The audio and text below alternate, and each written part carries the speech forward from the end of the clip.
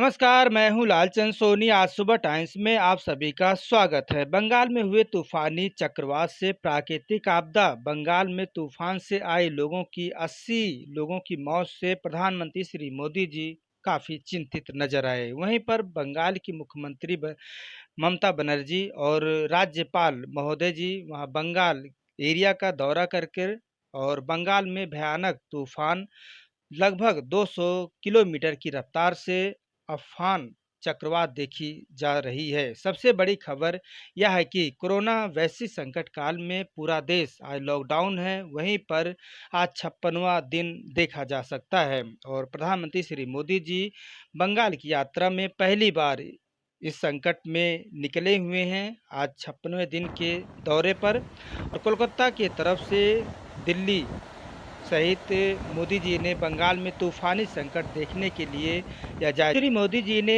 1000 करोड़ रुपए का जो है मदद सहायता देने के लिए या घोषणा करते हैं। भारत के तटीय क्षेत्र को, विशेष करके पूर्वी क्षेत्र को प्रभावित किया और उसमें भी सबसे ज़्यादा दुष्परिणाम पश्चिम बंगाल के हमारे भाइयों बहनों को, पश्चिम बंगाल के नागरिकों को, यहाँ के संपत्ति को बहुत हानि पहुंचाई है। साइक्लोन की संभावनाओं से लेकर के लगातार मैं इससे संबंधित सभी लोगों से संपर्क में था। भारत सरकार भी सतत राज्य सरकार के संपर्क में थी।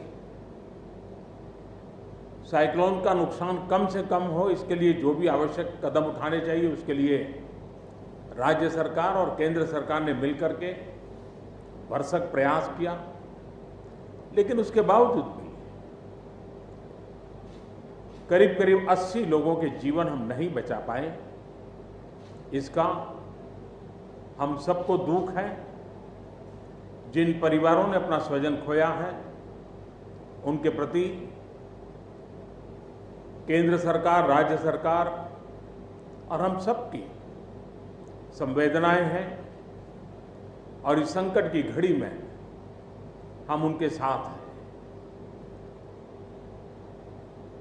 संपत्ति का भी नुकसान काफी होता है, चाहे एग्रीकल्चर हो,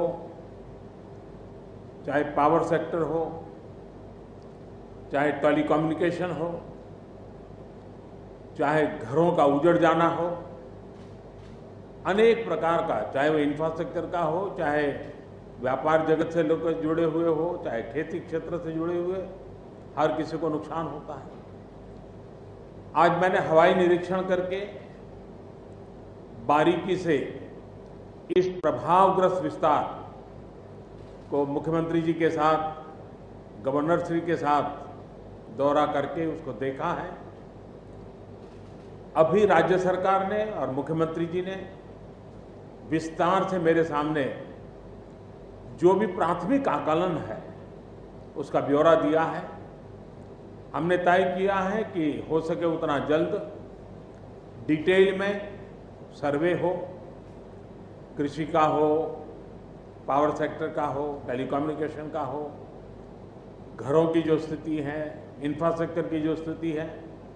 केंद्र सरकार की तरफ से भी तत्काल एक टीम आएगी और वो टीम इन सभी क्षेत्रों में सर्वे करेगी और हम मिल करके रिहेबिलिटेशन हो, रिस्टोरेशन हो, रिकंस्ट्रक्शन हो, उसकी व्यापक योजना बना करके बंगाल की इस दुख की घड़ी में हम पूरा साथ देंगे, सहयोग देंगे और बंगाल जल्द से जल्द खड़ा हो जाए, बंगाल जल्द से जल्द तेज गति से आगे बढ़े, इसके लिए भारत सरकार कंधे से कंधा मिला करके काम करेगी और जो भी आवश्यकताएं होगी उन आवश्यकताओं को पूर्ण करने के लिए भारत सरकार के जो भी नीति नियम है उसका पूरी तरह उपयोग करते हुए पश्चिम बंगाल की मदद में हम खड़े रहेंगे।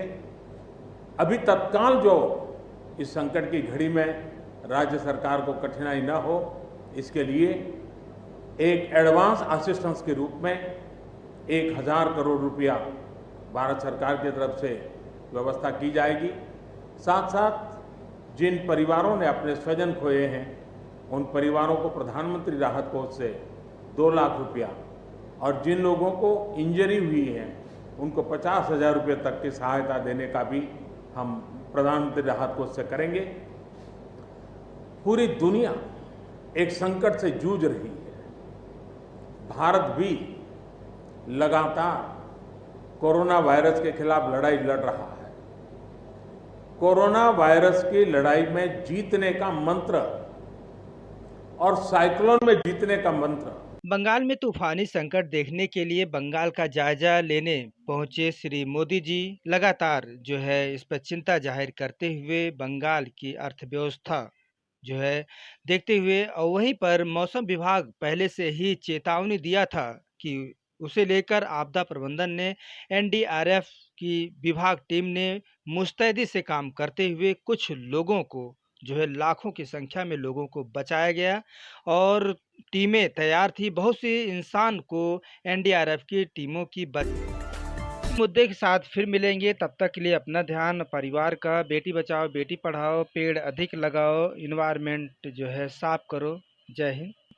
नमस्कार दोस्तों, मेरे चैनल को सब्सक्राइब, लाइक करें और आइकॉन को जरूर दबाएं ताकि आने वाले वीडियो को आपको नोटिफिकेशन मिल जाए। धन्यवाद।